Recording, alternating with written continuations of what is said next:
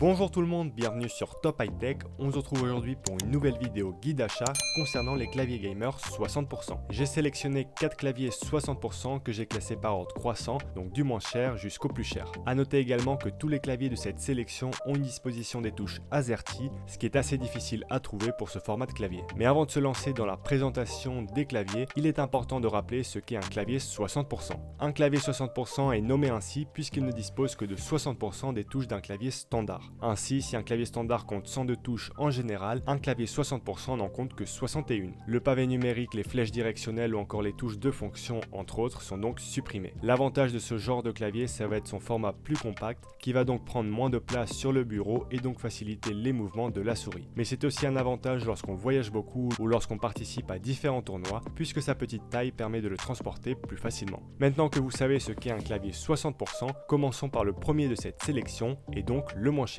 J'ai choisi le Drevo Calibre V2, un clavier gamer mécanique, 60% si on se fie au titre du produit sur Amazon, mais en réalité c'est plutôt un clavier 65% puisqu'il compte 72 touches au lieu de 61. Comme tout clavier gamer, il intègre un rétroéclairage RGB qui est personnalisable à la touche près grâce au logiciel Drevo Power Console. Pour rester performant en jeu, il possède une fonction anti-ghosting pour permettre de presser une multitude de touches en même temps sans provoquer d'erreur. Pour le choix des switches, plusieurs options s'offrent à vous. Vous pourrez soit prendre les bleus qui sont tactiles avec un retour audible, soit les marrons qui sont plus silencieuses ou alors les rouges qui sont des switches linéaires. Côté ergonomie, on peut souligner la présence de deux pieds magnétiques qui permettent de surélever le clavier, mais aussi du câble USB-C vers USB-A détachable qui offre un vrai plus quand vient l'heure de transporter son clavier. Finalement, niveau prix, on le retrouve actuellement à 57 € chez Amazon, un prix plutôt attractif pour un clavier mécanique. Pour le deuxième clavier de cette sélection, on va monter en gamme puisque j'ai opté pour le Huntsman Mini de chez Razer. Cette fois-ci, il s'agit d'un véritable clavier mécanique 60% doté de 61 touches rétroéclairées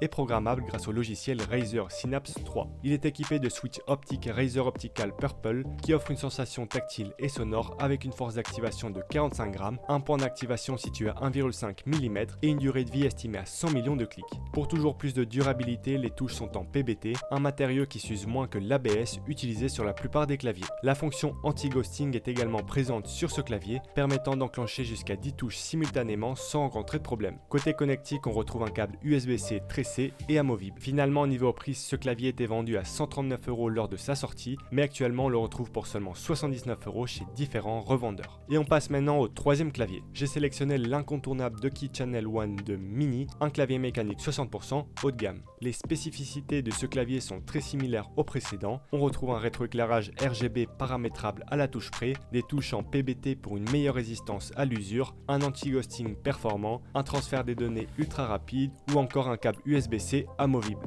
Là où va se différencier le Ducky Channel, c'est au niveau de la durée de vie de ces touches qui est estimée à 50 millions de frappes, ce qui reste largement suffisant, et au niveau du coloris puisqu'on retrouve une version blanche et une autre noire. Au niveau des switches, vous aurez un vaste choix parmi la gamme des Cherry MX qui sont les plus répandus sur les claviers gamers haut de gamme. Côté prix, on le retrouve habituellement à 119 €, mais en ce moment grâce à une remise de 15% avec le code promo ZQSD, ce clavier revient à 101 € chez Materiel.net. Et on arrive finalement au dernier clavier de cette vidéo. J'ai choisi le tout récent K65 RGB Mini, le tout premier clavier mécanique 60% de chez Corsair. Comme pour les claviers précédents, on retrouve un rétroéclairage personnalisable à la touche près grâce au logiciel iCue. Ce clavier possède également des touches à double injection PBT pour une durabilité accrue. L'anti-ghosting que propose le K65 Mini est complet, c'est-à-dire que vous pouvez presser l'ensemble des touches du clavier simultanément sans rencontrer de problème. Là où l'on sent que c'est un clavier plus premium, c'est quand on regarde son polling rate qui est de 8000 Hz, le polling rate étant la fréquence à laquelle le clavier envoie une information au PC. À titre de comparaison, les deux claviers précédents avaient un polling rate de 1000 Hz qui est déjà suffisant pour du gaming. Au niveau des switches, on va retrouver les Cherry MX Red, des switches linéaires avec une force d'activation de 45 grammes et une distance d'actionnement de 2 mm.